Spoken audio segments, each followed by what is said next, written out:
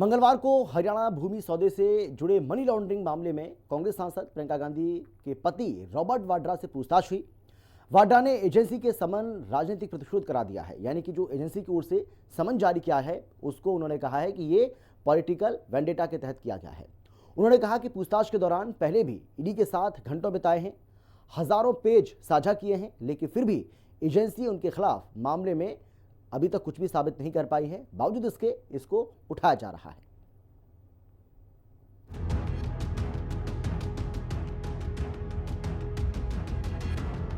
सोनिया गांधी के दामाद और बिजनेसमैन रॉबर्ट वाड्रा पर ईडी का शिकंजा कसता जा रहा है।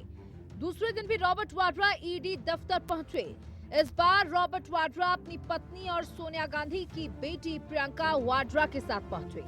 रॉबर्ट वाड्रा 2 दिन ईडी दफ्तर में पेश हुए। दोनों दिन रॉबर्ट वाड्रा ने बीजेपी और केंद्र सरकार पर हमला किया। The case that they're asking me about is a 20-year-old case. This is politically motivated.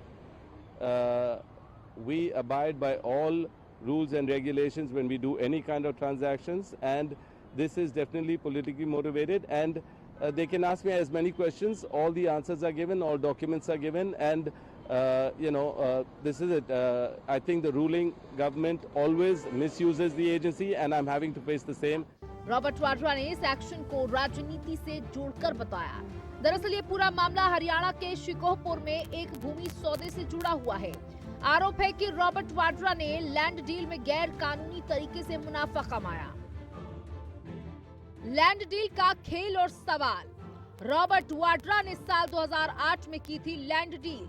Shikohpur में 3.5 एकड़ का प्लॉट 7.5 करोड़ रुपए में खरीदा। जमीन को रियल एस्टेट को 58 करोड़ रुपए में बेचा।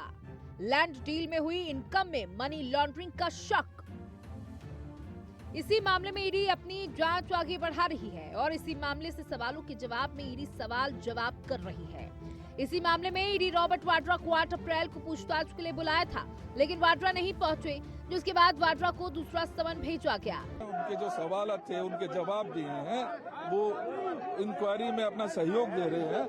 पहले भी माननीय राहुल गांधी जी को बुलाया गया था, सोनिया जी से सवालात किए गए थे, हमने सहयोग किया, लेकिन इस तरीके की दबाव की राजनीति में दबाव में आने वाली कांग्रेस नहीं। वाड्रा से एक और पूछताछ हो रही है तो दूसरी ओर सियासत जारी है।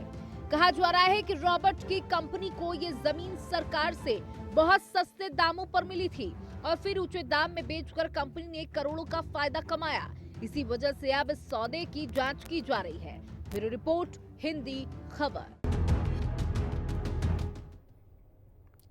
और इस खबर से जुड़ी कुछ बड़ी बातें आपको बताते हैं। डीएलएफ को जमीन 58 करोड़ में दी गई। 2008 में वाड्रा की कंपनी ने शिकोहपुर में ये जमीन जो है वो ली। लाइसेंस मिलने के बाद स्काईलाइट ने जमीन डीएलएफ को दी। डीएलएफ को जमीन 58 करोड़ रुपए में बेची गई। 2008 में वाड्रा की कंपनी ने शिकोहपुर में ये जमीन खरीदी। तो किस तरीके से ये मामला जो है वो आगे बढ़ा और क्या है ये पूरा मामला, वाड्रा से किस मामले में पूछताछ हो रही है, ये आपको यहाँ पर हम बता रहे हैं। 2008 में वाड्रा की कंपनी ने शिकोहपुर में जमीन खरीदी थी और लाइसेंस मिलने के बाद स्काईलाइट ने जमीन को डीएलएफ को बेच दिया था।